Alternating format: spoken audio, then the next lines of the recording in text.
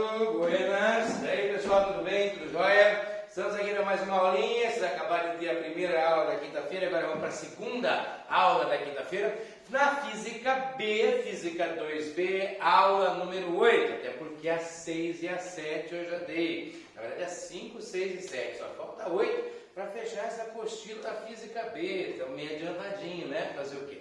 Mas, enfim, estamos falando na aula 8 da Física B sobre algumas forças da mecânica e entendendo como é que elas funcionam de fato, tá? Começando pela mais simples de todas, a mais básica, que está o tempo inteiro aí nas nossas vidas presente, a tal da força de atrito. Toda vez que um corpo está tendendo a iniciar um movimento, ou que um corpo está em movimento, ou seja, toda vez que ele é solicitado a se mexer, existe uma força contrária a esse movimento chamada força de atrito. Essa força de atrito, conforme está desenhado, ela é sempre oposta à tendência ou ao movimento. Se eu puxo para cá, o atrito é para lá. O atrito sempre é representado próximo da superfície porque é uma força de interação entre a superfície onde o corpo está apoiado e a superfície do próprio corpo. A gente não vai entrar em detalhes sobre força de atrito, até porque vai ter uma aula especial só para falar sobre força de atrito na sequência. Então, quando nós formos falar sobre atrito em si, aí nós vamos estudar em detalhes, porque acontece como acontece, parado, mexendo, enfim.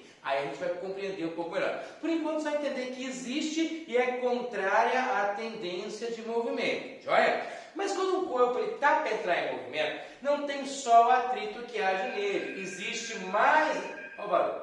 Deu saudade, né? É o sinal. Veja bem, existem mais forças agindo. Eu vou desenhar aqui agora para poder entender a tal da força de contato. O que seria essa força de contato? Tem a ver com o atrito e é por isso que a gente cita o atrito nesse momento, para você ter uma ideia de onde sai o negócio. Força de contato. Imagine de novo, a mesma situação que está ali, tá? Aqui eu tenho um corpo, pode ser um corpo em forma de bola, como aquele ali, não tem problema nenhum, assim. E aí eu faço uma força F tentando mover esse corpo para frente. Olha, deve aparecer uma força de atrito contra o movimento, como essa azul que eu vou desenhar agora em cima. Força de atrito aqui para trás assim. Só por que FAT? É porque é gorda? Não, é FAT que é força de atrito, FAT. Mas enfim, agora, como o corpo também está empurrando o chão para baixo, o chão reage empurrando o corpo para cima. E aí eu tenho uma força chamada, não sei se você se lembra, de reação normal. Reação normal. Eu tenho força de atrito tentando segurar e a reação normal mandando o corpo para cima. Essas duas forças juntas é que vão gerar a chamada força de contato. Quem é a força de contato? A força que está sendo gerada, a força que é gerada por conta do contato, na verdade são duas. É a reação normal, que se apertou, ela reage, e o atrito, que também é a resistência ao movimento. Então nós chamamos de força de contato a resultante dessas duas forças, normal e atrito. Você vai fazer pelo método paralelogramo, aqui assim, para somar as duas forcinhas. E vai encontrar essa forcinha do meio aqui, ó, essa aqui, que é que nós vamos chamar de FC. Quem é FC? Força de contato. E como é que eu faço para calcular essa força de contato se eu souber a reação normal e se eu souber o atrito? Basta perceber que essas três forças, atrito, normal e a força de contato, estão relacionadas por um triângulo que eu posso desenhar aqui fora. Ó. Vê se você consegue perceber. Perceba, dê uma olhadinha, dê uma olhadinha. Aqui eu tenho a reação normal, aqui eu tenho a FAT, a força de atrito. Você está chegando na tua frente, né? Tá, já não sei. Olha, força de atrito, ó, copiei. Mudei a cor, mas copiei. Reação normal, mudei a cor, mas copiei. E aí, a força de contato vai ser essa aqui, ó, que é a resultante dessas duas. Um na bundinha do outro, cabecinha, cabecinha, bundinha, bundinha, eu tenho a resultante, que é a força de contato. Isso aqui está relacionado com um triângulo muito conhecido, que é o triângulo retângulo, triângulo pitagórico. Então, deve valer a relação de Pitágoras. E eu posso escrever que a força de contato ao quadrado é a reação normal ao quadrado mais a força de atrito ao quadrado. Estão relacionados por um Pitágoras. Aí vale a relação pitagórica. Grandes complicações, você vai tudo já pensar desse jeito, né? Mas muito bem, depois dessa parada de força de contato, de força de atrito, vem a outra que nós chamamos de força de tração. Força de tração. Mas o que seria essa tal força de tração? É a força nas cordas, fios, correntes, tudo que eu tiver tracionado vai ter força de tração. Eu vou desenhar aqui para você uma situação básica que todo mundo conhece, que é simplesmente um negócio pendurado no teto. Assim, né? Um negócio pendurado no teto assim. Vamos entender como é que a coisa rola. Se esse negócio aqui fosse uma esfera de 2 quilos, 2 quilos pesa 20 newtons, né? 20 newtons, eu teria então um peso para cá de 20 newtons para baixo, um peso P de 20 newtons. A corda, nesta ponta, teria que puxar a esfera, segurar a esfera com 20 newtons também, para que a esfera não caísse. Então, a corda faz uma força para cima, chamada força de tração. Todas as forças em corda sempre serão chamadas assim, que tem que ser igual àquele peso de baixo, joia? Agora, se eu pensar na ponta de cima da corda, a ponta de cima da corda está puxando o teto para baixo, né, que é? E ela puxa o teto para baixo com uma força chamada também de tração, que acontece por conta dessa aqui, que é por conta dessa aqui. Então, esta força aqui vai ser o mesmo 20, o mesmo 20 que era lá. Se aqui for 30, aqui é 30 e aqui é 30. Se aqui for 50, aqui é 50 e aqui é 50. Ou seja, as trações na mesma corda sempre vão ter o mesmo valor. Professor, mas peraí, e para aguentar tudo, o que que faz? O teto faz uma força para cima, aqui assim, ó, que eu vou chamar de força do teto, que tem que ser igual à tração. Aí na prática, a corda é só um intermediário.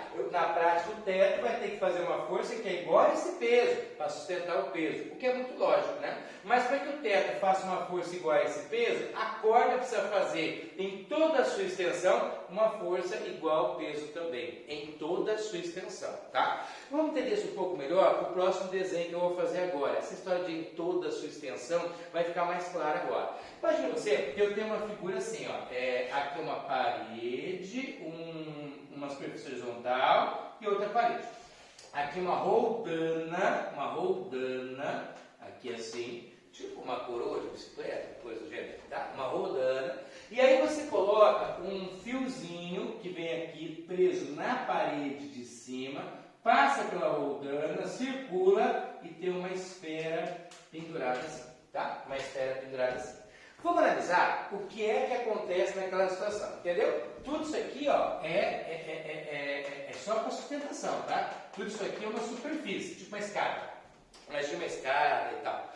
Aí é o seguinte, eu vou fazer assim, ó. Imagine de novo em valores. Vamos usar valores e depois eu vou escrever em genérico, tá? Então imagine que essa esfera, ela tem 3 kg de massa, então ela deve pesar 30, né? Então eu devo ter aqui um pezinho para baixo, que deve ser 30, mas eu vou escrever P, tá bom? Que aí no caso seria 30.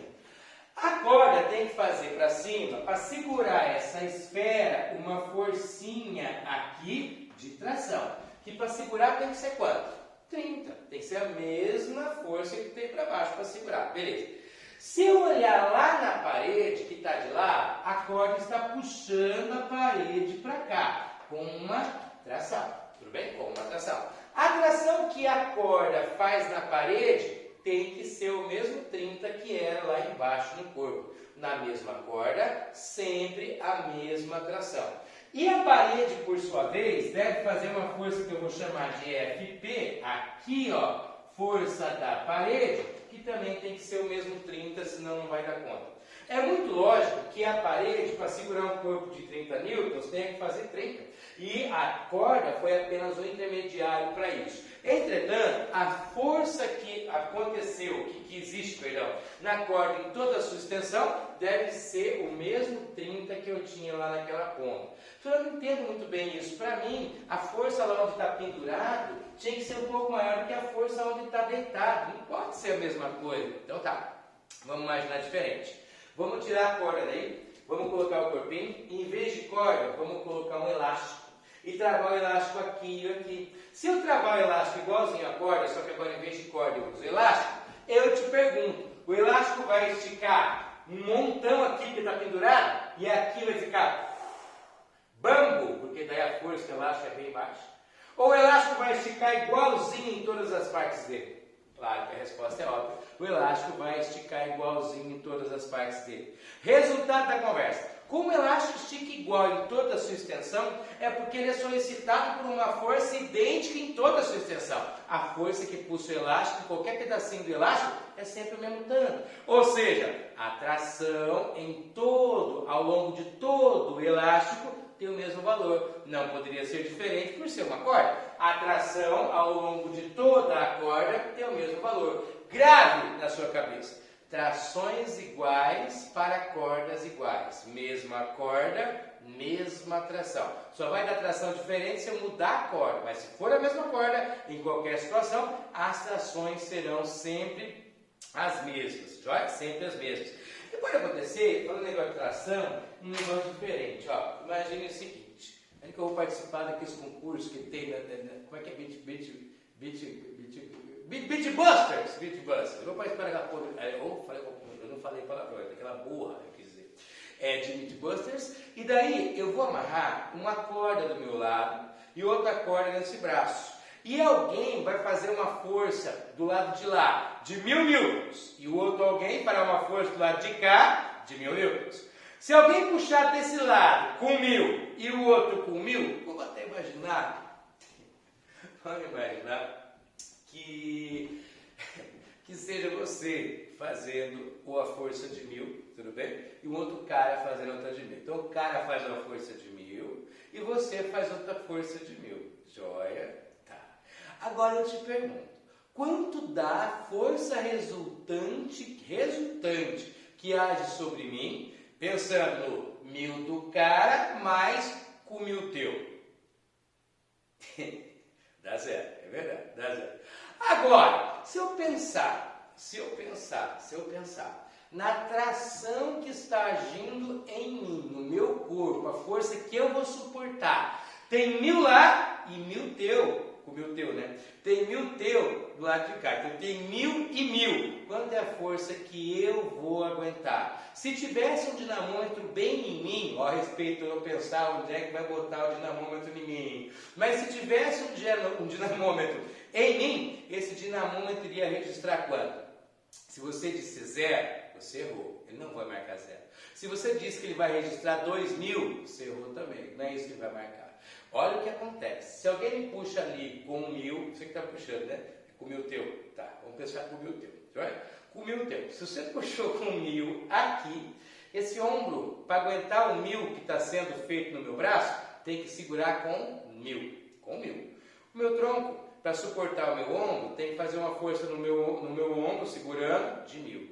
Esse outro lado aqui, para segurar esse 1000 que está sendo feito, tem que fazer 1000. Esse ombro aqui vai suportar uma força de 1000. Esse braço aqui vai ter que estar fazendo aqui uma força no meu ombro para segurar de 1000. E aquela corda lá, ou melhor, aquela outra corda, aquele outro lado, teria que obrigatoriamente estar fazendo 1000 de qualquer jeito.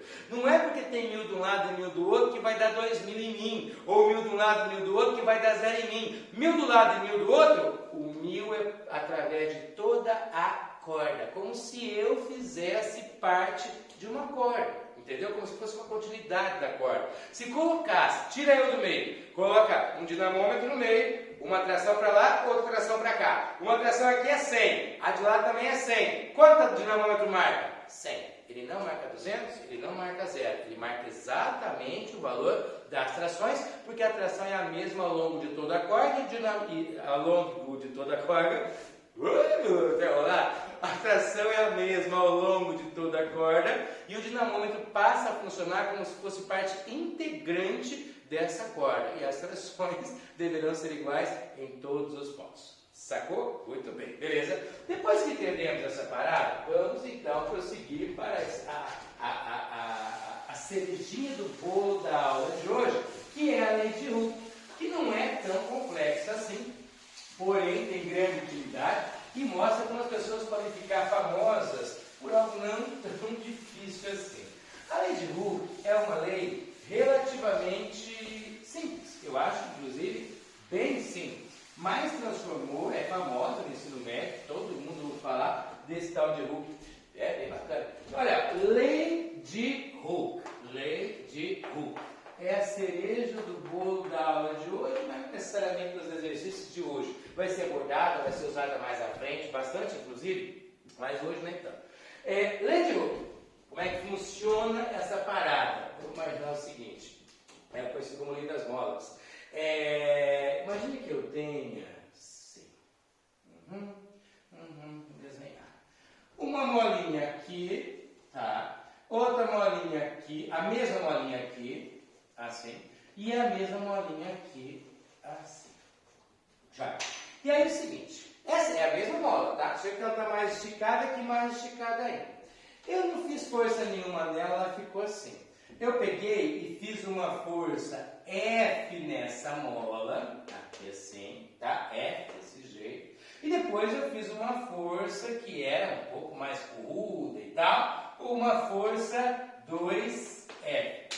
Não precisa ser muito gênio para perceber que se eu fizer uma força F, a mola estica um tanto X, obviamente, X. Se eu fizer uma força o dobro, 2F, bom, se eu fizer uma força o dobro, 2F, a mola deverá esticar 2X. Não é assim? Hooke percebeu isso. Se você pega uma mola e você estica com uma força F, a mola vai esticar de um tanto. Se eu fizer uma força o dobro, vai esticar 2 tantos. Se eu fizer uma força o triplo, 3 tantos. 4 vezes maior, 4 vezes mais vai esticar. Ou seja, a força é proporcional à deformação. Ou ainda, a deformação, o esticar, é proporcional à força. E tanto faz você esticar como você comprimir. Se você apertar a mola com uma força, ela aperta um tanto. O dobro da força aperta 2 tantos, vamos assim dizer. Ou seja, a deformação e a força feita são proporcionais. Então a força é proporcional à deformação sofrida pela mola. Joia? Sempre. Porém, também tem um outro detalhe. Proporcional através de qual fator de proporcionalidade? As molas têm uma coisa chamada K. O que é esse K? K é constante elástica. Constante élastique em francês. Constante elástica. Para entender a constante elástica, eu vou colocar aqui um treco para você. Vou dizer que eu tenho uma mola K1, é uma mola 1, que tem um K1 de 20 newtons por metro. Uma outra mola, que é uma mola 2, que vai ter um K2 de 200 newtons por metro. Vamos tentar interpretar o que significaria esse negócio de newton por metro. A mola 1, ela tem um K de 20 newtons por metro. Isso quer dizer que para eu esticar essa mola de 1 metro, eu preciso fazer nela uma força de 20 newtons. Se eu quisesse esticar essa mesma mola de 2 metros, teria que fazer nela uma força de 40 newtons. Se eu quisesse esticar essa mola de 3 metros, teria que fazer nela uma força de 60 newtons. Eis a proporção que o Hooke percebeu. Já a mola 2 é uma mola mais dura. Uma pergunta, você prefere molas moles ou molas duras? Depende do que eu prefiro mole ou dura. Depende para que vai usar a mola, não é? Então, veja bem, olha aqui, ó, 200 newtons por metro. Essa mola aqui, se eu quiser esticar ela de 1 metro, precisa fazer uma força de 200 newtons. Se eu quiser esticar de 2 metros, precisa fazer uma força de 400. Se eu quiser esticar ela de 5 metros, tem que fazer uma força de 1000 newtons. De novo, a proporção observada por Hooke. E eu digo uma coisa, quem que é a dura, quem que é a mole? A mole é essa aqui, é 1, e a dura é essa aqui, é a 2. Quantas vezes a mola 2 é mais dura que a 1? 10 vezes, porque eu preciso 10 vezes mais força, de 20 para 200, né?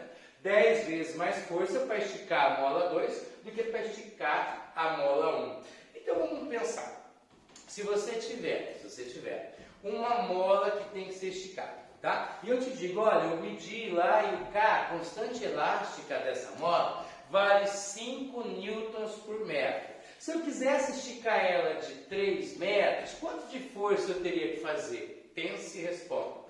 Cada mola, 5 newtons por metro. Se eu quisesse esticá-la de 3 metros, quanto de força eu teria que fazer? Chegou no 15? Chegou, né? Você acabou de fazer a conta utilizando a lei de Hooke, Kx. A lei de Hooke diz o seguinte, ó, força elástica é igual a Kx. Entretanto, Hooke coloca um sinal de menos na lei. Por que menos? Porque as molas sempre são do contra. Como assim do contra? Se você apertar a mola, ela te aperta. Se você puxar a mola, ela te puxa. Ela é sempre contrária à força que solicita. Por isso o sinal é negativo. Entretanto, nos cálculos, nós vamos levar o entendimento disso no equacionamento das coisas, porém na conta sempre a equação vai ser usada sem o sinal. O sinal é apenas para me orientar, para saber que a mola é contrária à solicitação. Apertei para lá, força elástica vai ser assim. Se eu puxei aqui, força elástica vai ser para lá. Só para indicar isso, tá? Mas em cálculos, a força elástica sempre será tida como positiva. Nós vamos fazer a conta usando o sinal positivo na lei de Hooke. Que não é nada difícil. F igual a Kx é uma lei super simples, nada muito complicado. Mas aonde está? Nossa, tem um monte de coisas que a gente pode enumerar. Amortecedor de carro. Eu posso pensar, não, mas amortecedor até menos, até amortecedor com óleo. Falei bobagem, amortecedor não. Mas na mola, quer dizer, no sistema de mola, de molejo, de caminhão e coisa, quando é com mola mesmo, aí sim. Ou ainda, essas canetinhas malditas que vocês usam, que fica pique, dá vontade de virar ela e guardar. Então, essa canetinha do pique-pique. Está também presente sistema de molas. Nossa, até na borrachinha do aparelho F igual a Kx vai funcionar em algumas circunstâncias para quem usa aparelho dentário. E por aí vai, né? Nós vamos pegar agora na apostila de vocês e fazer alguns testes usando essas forças todas que a gente estudou até agora, já é? Para ver como é que isso aparece em exercícios. É bem importante que a gente saiba equacionar, saiba esmiuçar situações pedaço a pedaço, para conseguir depois, quando os exercícios ficarem mais exigentes e ganhar corpo, muito mais coisas, saiba se conseguir resolver, já é? Então peguem na parte de exercício de vocês, da Física B, na página 25, escapamos por um, eita peste, página 25, Física B, e eu vou resolver o exercício 1. É difícil fazer o exercício 1 da sequência da bateria de exercícios, mas nesse caso ele é bacana de ser feito, tá? Exercício 1 é que geralmente é só assimilação, né? Sim, mas assimilar é preciso. Às vezes, vamos apagar a coisinha, tira isso daqui. Olha aí. Então tá, 8.1, exercício 8.1. O teste 8.1 da página 25, ele tem 6 desenhos. E eu vou ter que desenhar todos os 6. Haja paciência. Se você puder ficar sem ouvir minha voz durante cerca de 1 minuto. Será que dá 1 minuto? Não sei, marca no seu relógio. Eu não vou conseguir, vou ficar falando alguma coisa, porque vai ficar muito chato você ficar quieto todo tempo, né? Então eu acabo falando. Ou cantando, pode ser. Mas será que eu posso? Posso, quanto uma musiquinha inocente, não faz mal nenhum, né? Então a gente canta enquanto desenha, não há problema algum. Vamos lá. Fui no mercado comprar café, daí a formiguinha subiu no meu pé. Aí eu sacudi, mas a formiguinha não parava de subir. Fui no mercado comprar batata roxa, daí a formiguinha subiu na minha coxa. Daí eu sacudi, mas a formiguinha não parava de subir. Fui no mercado comprar uma maçaneta, daí a formiguinha entrou na minha orelha. Daí eu sacudi, mas a formiguinha não parava de subir. Fui no mercado comprar um rabanete, daí a formiguinha pulou no meu pé. Daí eu sacudi, mas a formiguinha não parava de subir. fui no mercado comprar sagu, aí a formiguinha surucou bem no meu pescoço. Daí eu sacudi, mas a formiguinha não parava de subir. Formiguinha danada, eu gosto dessas musiquinhas infantis, porque eu sou infantil e criança, então eu gosto de brincadeiras assim de criança, né? Então vamos lá, gente, nós já podemos prosseguir? Não, eu não acabei, cantei a música inteira, não consegui acabar o negócio, hein? Eita peste, vamos lá, 30 graus aqui, e letra F, tá? Não entendi nada, honestamente não sei do que se trata, aqui tem um blocozinho e tal, força F para cá, uma velocidade V também na mesma direção e sentido, assim, e o corpo, admito que o corpo se desloque em MRU, movimento reto e uniforme, isso é importante. Então vamos lá, vamos ler o que diz o exercício aí. Determine o valor da normal e da força de atrito em cada um dos casos a seguir, admitindo-se que os corpos se encontrem em equilíbrio. Peso P é 100 e F é 20. O peso P é 100, peso igual a 100 newtons, e a força é igual a 20 newtons. Eu quero responder quanto vale a força normal e o atrito em cada caso. Isso é importante. Quanto é a normal e o atrito em cada situação? Primeira situação. O corpo tem um peso P de 100 newtons. Então aqui é muito simples. Aqui você tem peso para baixo, normal para cima, devem ser iguais, normal igual a peso, que é igual a 100 newtons. Nossa, professor, se cai um desse no vestíbulo, se liga, né? Isso é a assimilação, não vai cair estranho, não. Na letra B, você tem velocidade zero, quer dizer, o corpo está parado. Aí você tem peso para baixo, e reação normal para cima. O senhor fez tão pequena, a reação normal não foi à toa. Eu já imaginei que ia ser assim. Por quê? Eu dei esse exemplo na aula passada, onde eu falei para vocês que alguém podia, eu acho que dei exemplo aqui no quadro, uma coisa assim, né? Onde você tem o seguinte, ó, o peso aqui é 100, a força F é 20. Se a força F é 20 para cima e o corpo pesa 100, então vai sobrar quanto para o chão? Só 80. Concorda? Se o corpo pesa 100 e o F para cima é 20, está sobrando 80 para o chão. Reação normal é 80. A diferença entre o peso e a força F. Por isso que eu desenhei a normal menorzinha. Então ia dar menos do que o peso, que tinha uma força para cima. Tá, perdão, me desculpem, olha o pecado. Ele perguntou também o atrito em cada uma das situações, veio esquecendo. A força de atrito aqui, ó, força de atrito nessa situação é zero. Por quê? Está em repouso, está paradinho, não tem nada puxando, o atrito é zero mesmo. E na segunda situação, a força de atrito também será zero, porque não tem ninguém puxando, ele está em repouso, está de boa. Joia? Na letra C, isso aqui, eu tenho uma força F para baixo aqui de 20. Eu vou desenhar agora aqui, ó, peso para baixo, assim, reação normal para cima, assim. E o professor errou de novo, fez o normal grande. Não. O peso do corpo é 100. A força F é 20. O chão agora, como diria certas pessoas, não vou falar quem, está sendo acarcado pelos 100, que é o peso, mais os 20, que é a força F. O chão está sendo apertado por 120. Ele reage com 120. A normal é maior. Por isso que eu fiz uma grandona assim, ó. Reação normal igual a 120 newtons. 120 newtons. Agora, e o atrito? Está paradinho, não tem ninguém puxando para lado nenhum e tal. Força de atrito é igual a zero. De boinho, tá? Sem complicações. Letra D. Na letra D, agora já começa a mexer com a tua cabeça. Bom, primeiro tem o peso normalmente, joia, peso. Também tem a reação normal, beleza. Olha o que eu vou dizer. A normal é igual ao peso, que é igual a 100 newtons. Senhor, mas tem uma força F ali. Meu falecido avô já dizia, que Deus o guarde muito acertadamente.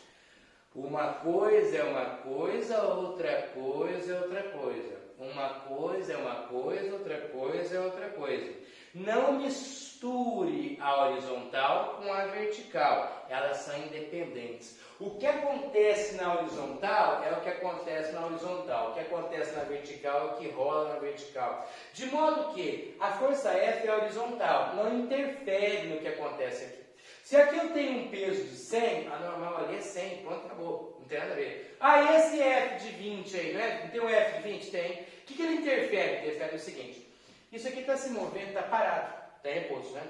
Está em repouso. Mas tem uma força puxando para lá, com 20. Para ele ficar parado, tem que existir para cá uma força de atrito. Tem que existir. E mais, para ele ficar parado, a força de atrito que está para cá tem que ser 20, igual a força que está puxando. Ah, isso aqui não interfere na horizontal. Quando eu pensar na horizontal, é só horizontal. Quando eu pensar vertical, é só vertical. Pensando só na horizontal, estão puxando aqui com 20, o atrito tem que ser 20. Acabou. Força de atrito é igual a força F para dar equilíbrio e é 20 newtons, não é? Eu falei que a assimilação é importante aqui e mais quando ele chegar ali agora. Na letra F agora, eu devo ter o seguinte, vamos lá. Tem uma força torta. Ih, professor, agora estava bom, estava até entendendo, agora complicou, né? Relaxa. Bom, a força F é torta e deve ter suas duas partes. Que duas partes? Uma parte em X e uma parte em Y.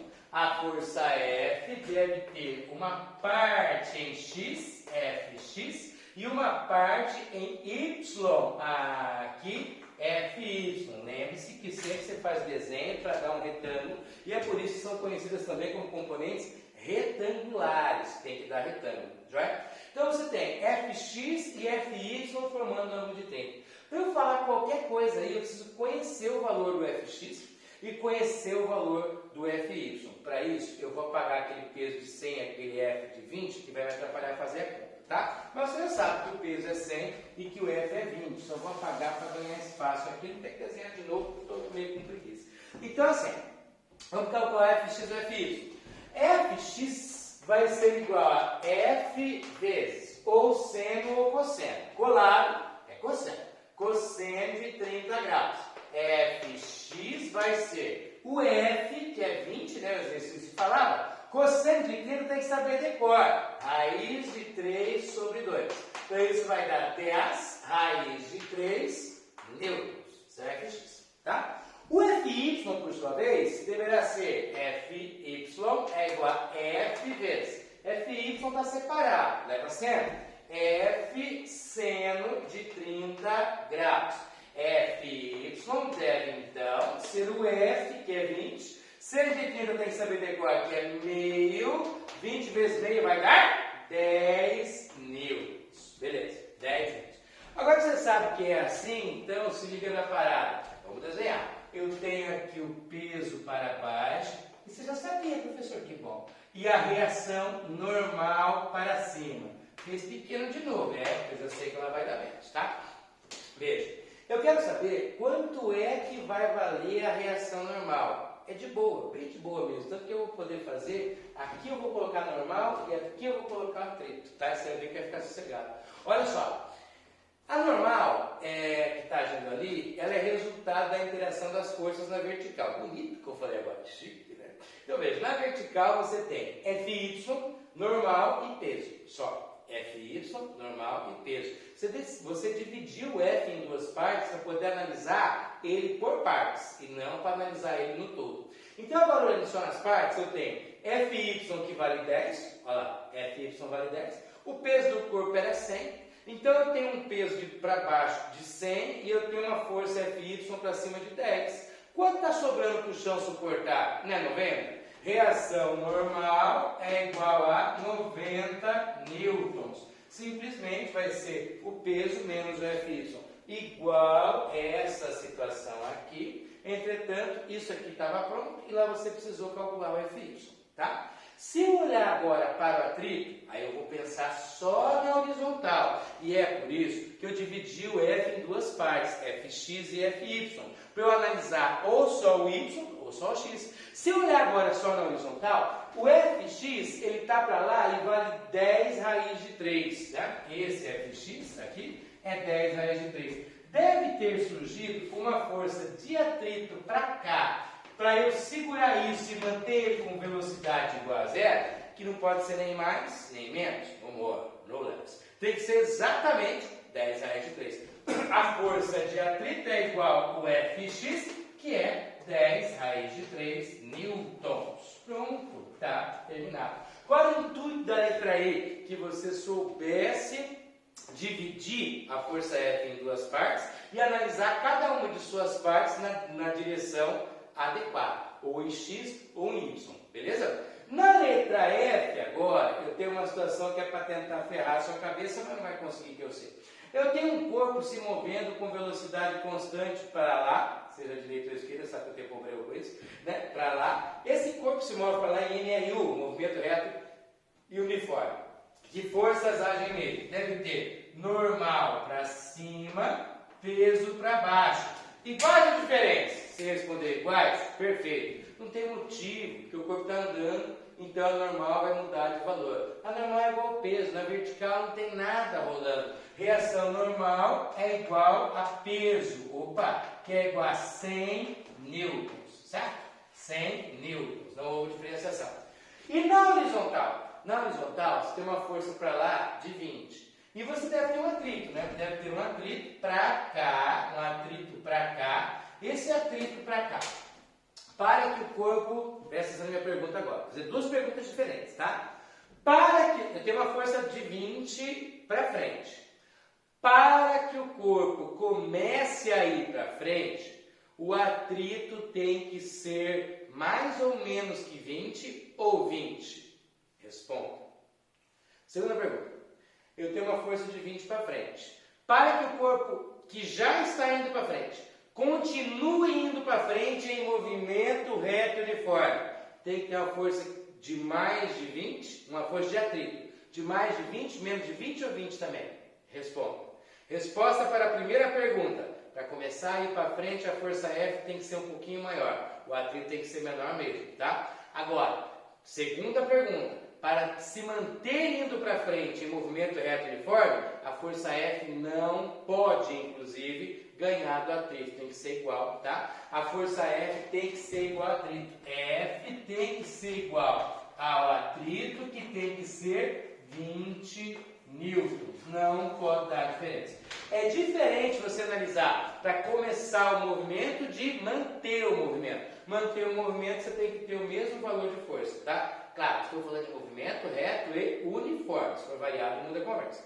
Mas para ser movimento reto e uniforme, velocidade constante, as forças têm que ser iguais nos sentidos opostos. Agora, para começar o movimento, aí realmente a força que vence tem que ser um pouquinho maior. O movimento o lado para onde o movimento acontece tem que ter força resultante vencedora. Para começar o movimento. Depois que começa, aí pode igualar que mantém o movimento reto e uniforme. Beleza? Tá? Muito bem. Depois desse 8.1, que eu sei que foi relativamente longo, mas é importante a gente fazer exercício para poder a gente assimilar mesmo. Tem bastante detalhe aí que confunde, né?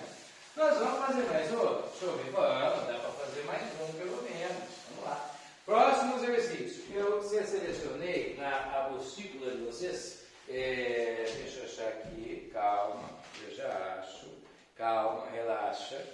Aproveita para ir no banheiro. Coisa que não dá para pausar o vídeo, né? Então, é o seguinte.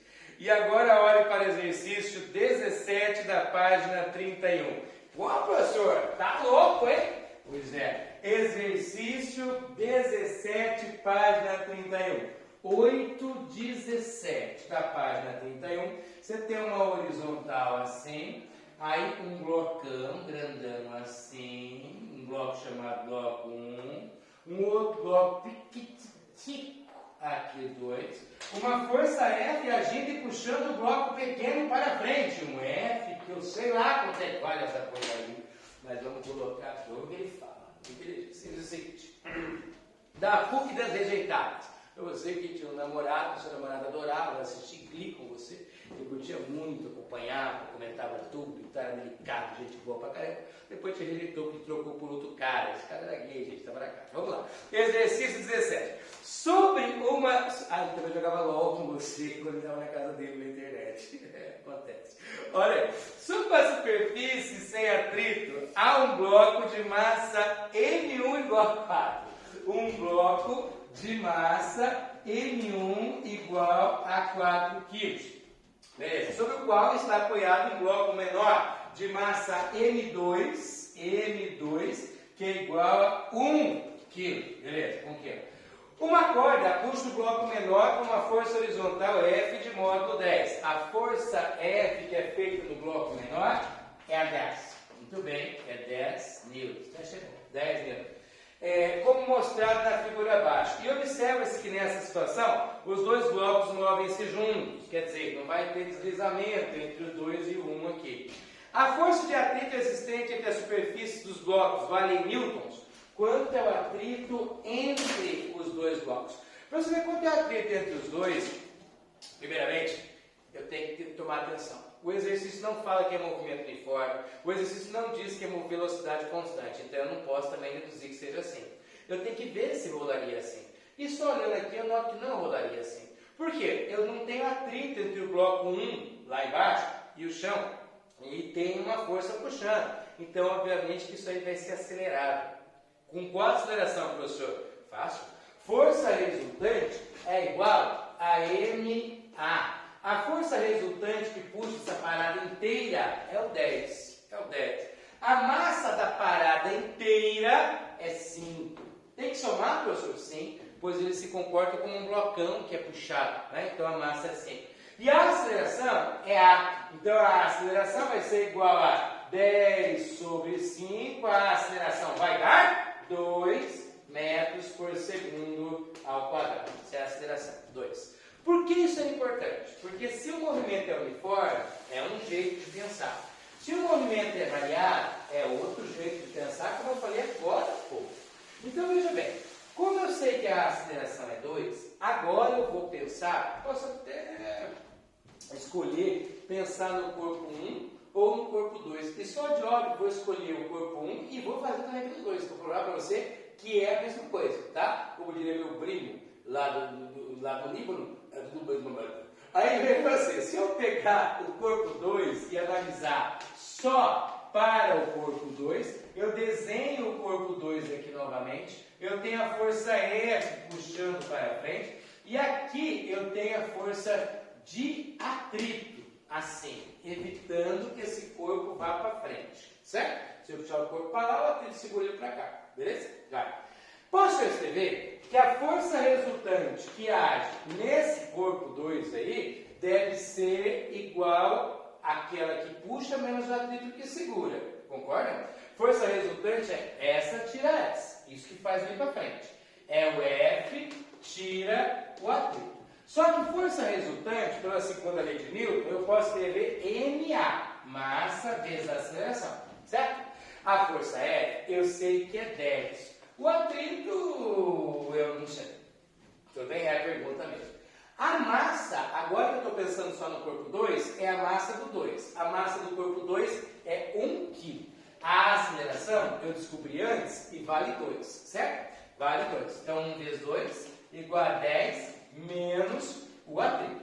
Agora eu passo esse 10 para o lado de cá e ele fica negativo, fica 2 menos 10 igual a menos o atrito. Vai ficar menos 8 igual a menos atrito, então atrito igual a 8 newtons. Resolvido o problema, letra não sei qual, tá? Resolvido o problema.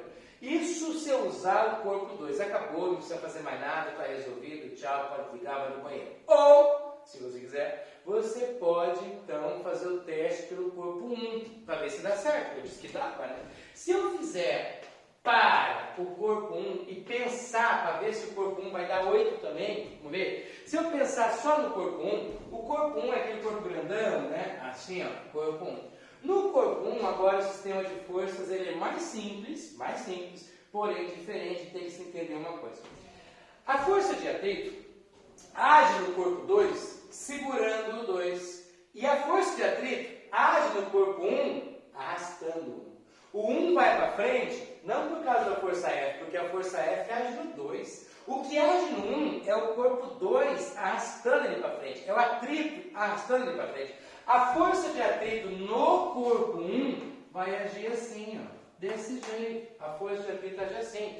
Como se C, não é como se C é, na verdade, um para ação e reação. Esse aqui vai ser a ação e aquela lá vai ser a reação. É a reação que faz o corpo 1 se mover para frente. E é a única força que tem. No corpo 1 não tem mais nenhuma, só tem isso. Força resultante que age no corpo 1 é a força de atrito. Senhor, mas o corpo 1 não tem atrito com o chão? Não, nós já dissemos que embaixo não tem atrito nenhum, né? Só tem entre eles. Tá? Então a força resultante é o atrito. Força resultante é MA. MA é igual à força de atrito, que a gente ainda não sabe. A massa do 1 é 4. A aceleração é 2, acabamos de calcular. Isso é igual a atrito. Então a força de atrito é igual a 8 newtons, conforme havíamos calculado pelo corpo 1. Tanto faz você fazer o cálculo pelo corpo 1 como pelo corpo 2, se equacionar direito as forças, tem que dar o mesmo valor, porque ação e reação têm sempre o mesmo valor, não se cancelam, porque agem em corpos separados, como já vimos em aulas pretéritas, tudo bem? Foi um prazer estar com vocês, brincar com vocês, nos falamos de novo, agora a nossa aulinha de sexta-feira, né? Nossa aula de sexta-feira, que vai ser de Física C, vai ser bem legal, uma aula de associação de resistores e tal, associação mista e tudo mais, a gente se fala de novo na sexta, tá? Grande abraço, a sexta é amanhã, né, gente? Então tá bom, beijo, me liga, tchau pra vocês, valeu!